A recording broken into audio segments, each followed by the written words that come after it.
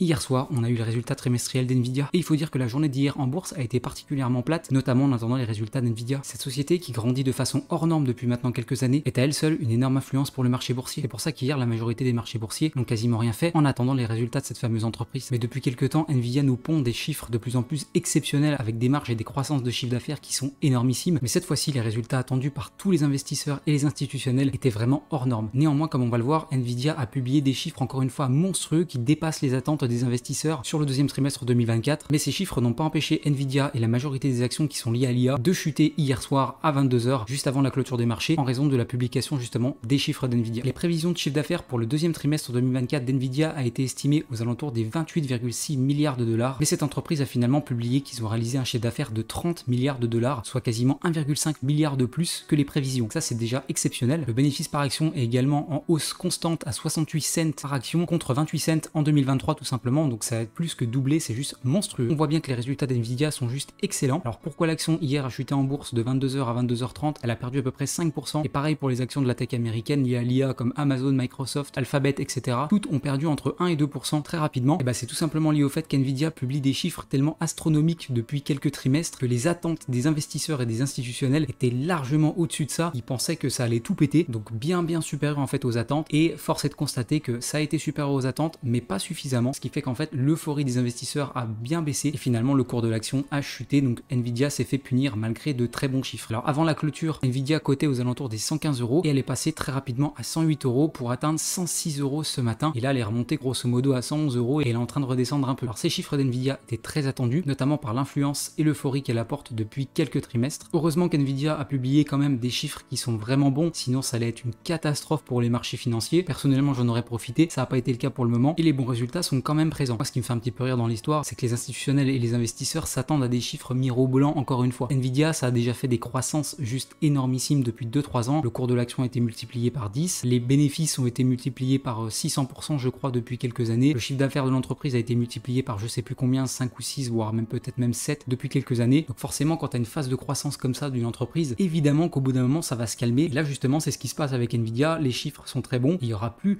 d'euphorie ni de croissance à 3 chiffres pour Nvidia, seulement 2 chiffres, ce qui est déjà très correct. Mais il ne faut pas s'attendre encore une fois à avoir des croissances non plus astronomiques hors normes pour Nvidia. Elle a déjà fait une phase de croissance qui est monstrueuse et forcément plus une entreprise croît, moins elle a de potentiel de croître. Évidemment, c'est comme une action qui va prendre 400%, les arbres ne montent pas jusqu'au ciel, il y aura une phase de plat, il y aura une phase de correction. Et là sur Nvidia, personnellement, je pense plus qu'on est sur une phase de plat, même si encore une fois on a une croissance du chiffre d'affaires qui est très bon pour le deuxième trimestre. Et en plus de ça, Nvidia annonce un chiffre d'affaires de 32,6 milliards pour le troisième trimestre je crois, donc encore une fois en hausse de quasiment 8% par rapport à aujourd'hui. Bah, c'est très bien, franchement 8% de croissance pour une entreprise comme ça qui a déjà fait une croissance monstrueuse depuis quelques années. Alors effectivement on préférait une croissance encore une fois à 3 chiffres, et tant qu'Nvidia se porte bien, personnellement je vois pas trop pourquoi elle s'est fait punir. Alors si, il y a quand même une explication à ça, c'est ce que je vous ai dit tout à l'heure, c'est que les investisseurs en fait ils sont tellement habitués à des gros chiffres sur Nvidia que là ok, Nvidia fait des gros chiffres mais pas suffisamment pour eux, et du coup l'action s'est fait punir. Moi personnellement j'ai pas encore acheté Nvidia à la correction, là elle est en train de remonter. Je pense personnellement qu'Nvidia peut se faire punir encore une fois parce qu'il y aura des phases certainement de calme sur Nvidia, il y aura plus du tout d'euphorie. Je pense que là les résultats ont quand même calmé l'euphorie sur la majorité des investisseurs, et c'est pareil, les prévisions du trimestre 3 sont bons, mais ils n'ont pas prévu non plus des croissances qui sont hors normes, donc je pense que l'euphorie va se calmer. Je pense qu'il y aura une correction sur Nvidia, alors quand, on n'en sait rien, encore une fois personne ne le sait, et on sait même pas s'il y aura une correction. Peut-être que l'action va continuer à monter. Personnellement, s'il y a une correction assez forte sur Nvidia, je rentrerai dessus tout simplement. Là personnellement je la trouve pas assez bon marché pour rentrer dessus, et vu les résultats et le comportement des investisseurs, je ne pense pas qu'Nvidia va continuer de croître fortement pour le moment, en tout cas à voir en fonction des résultats du troisième trimestre. Mais pour le moment je pense qu'il y aura une stabilité dans le cours d'Nvidia, ou alors une petite correction, et à ce moment là j'en profiterai pour racheter,